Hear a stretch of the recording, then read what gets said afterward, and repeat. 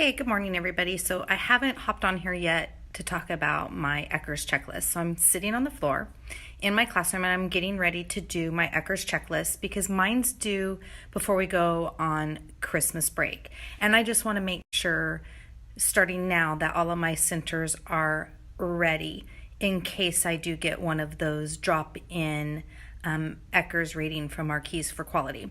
So I'm going to turn around the camera and I'm going to show you kind of my process, what I do for using my checklist. I'm starting out in my art area, so you can kind of see that in the background. My art area and my writing area, which are combined together as one center, so it gets a lot of my fine motor skills in this section, and it will get a lot of my art that I need to show in this section as well. So I'm going to flip the camera around so that you can see how that looks. Okay guys, so good morning and happy Tuesday. Hope everybody enjoyed their 3-day weekend. So last week we were talking about ECERS and I said I was working on a checklist. So I finished my checklist and I'm going to be using this week for me to meet my ECERS. So as I go around my classroom, I'm going to use this checklist. So I start in my math center and see what all I have in there. And I know based on this that I have to have something from each category. And that way, when I go to sit down and do my ECERS, I can just kind of whip through it really fast without having to read everything and go back through my classroom to look, oh, did I have that somewhere? And it's just broken down into sections for you to kind of go through your areas real quickly to be able to do your ECERS. So let me turn the camera around here real quick. Okay, so like I said, I'm going to be starting with my fine motor section and then also my art section. So as I come up here, I can see that I have all of my writing tools. So I have my crayons, I have the Handwriting Without Tears crayons, I have pencils, I have markers, I have scissors. This sheet showed my, it's actually my art area, which is my creative art area. I didn't look at my paint area yet because I just didn't get that far. So this is more like their collage area, and then also I included my writing center all in one area. So I condensed my art and my writing center into one. So this is what I came up with. I have all of my pens and my pencils here that they can just grab the bucket. There again, take the bucket, take it to the table, and they're ready to work. I have the chalkboards and stuff up top because that was something that I was missing. I had my variety of my paper up on top of my shelf so that they can pick from paper. I have my stencils. I have rubbing plates. I have my Handwriting Without Tears letter sticks that way because I had an extra set, so I put them in here so that way they could trace and form letters on paper if they wanted to. I have my rulers. Down here is stuff that I like. So like right now we're working on the family and I want them to be able to draw pictures of the family and start writing words that go along with the family. So those are down here in trays where they can pick up their bucket and then they can pick up their writing sheet that goes along with that. And then we've been reading Turkey Trouble. So here's another thing. It's a writing activity that they can do. And then it has their little Turkey Trouble sheet that they can bring up to the table if they want to. And then here I have wooden letters that they can trace. I have my tape down here. So this is pretty much everything that I use in my writing area. I showed my art area at another time. And then here is the stamps and then stamp pads. So they're able to kind of pull and get what they need in order to create writing. So if you come here, my pencils go kind of around this corner right here. And then they're here. So that is my writing area.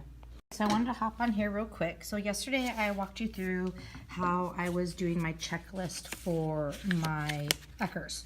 So I kind of thought it would be fun to see. So I did my ECERS yesterday and I worked on my math area and then I worked on my fine motor area as well as like my art area. So in my math area, I discovered I didn't really have Unifix cubes. I did have theme counters, but it didn't really meet some of the needs that I needed. And then I didn't have a balance scale, and I was really lacking in written number information in my math area. And then some of my shape stuff was missing. So I took my list and I went into my storage room And then here's some of the things that I found. So I thought it would be fun so that you can see what I did. So up here on my top shelves, we have our counters. So here would be my pattern cards now, along with like fruit counters, because we're working on food starting next week. I have my shape sorters, our family counters with our little family numbers activities. So that meets my number part of it. And then I found these were in the storage room, and they're from Lakeshore, and they're directional writing. They're write and wipe. They're wooden, but they're write and wipe. And then in here I included their markers. On the next shelf, these again, I think these are Lakeshore as well. So they're stringing, which meets my fine motor skills, but then it also meets my number skills because it's counting 1 through 10. And then they're also sorting red. Let's see what else. I put my geo boards in here for my shapes, and then there again I just have my rubber bands there, so if they want to pull this out onto the shelf, they can just pull this whole thing out onto the shelf. And then I do have my balance scale now, which is right there. And I have these, which are handwriting without tears, math shapes, so it's going to be kind of the attributes that they're sorting, and then they're making pictures. Let me reach over here. They're making pictures onto these cards here. So that helps me with my math and their attributes, kind of moving things around to change the picture. And then up here, I have a measurement activity. There again, it's on a tray, so they can take it to the table, and it has all their things, and they can measure the little feet. And those are actually as well from Lakeshore, so they can measure to see how long the feet is. They can take these out and compare different things in the classroom to see what's longer, what's shorter. So that's there. Let's see, I think down here on the bottom shelves, I have more shapes, so the 3-dimensional shapes for puzzles. And then my Unifix cubes, I'm going to make something for right here that they can use. I just haven't figured out really what I want to do. So if you have any ideas, leave a comment. That way I can have an idea, because I don't really know what I want to do here yet. And then I also have our pattern puzzles. So that's kind of what I did to fix my math area. So let me zoom back and you can kind of see. So it's 2 shelves together, but I do have the baskets on it. Big like that, I could have put it all onto one shelf. I have a big classroom, but I like to be able to have my kids come pull an activity and then come over to the table and be able to do it. So that's kind of what I did. Hope that was helpful to everybody. Bye. Okay, so if you want to start using the checklist to simplify your life, doing your ECERS and setting up your classroom, I take this sheet and then I sit down with my ECERS book and I really look at my ECERS in order for me to rate myself.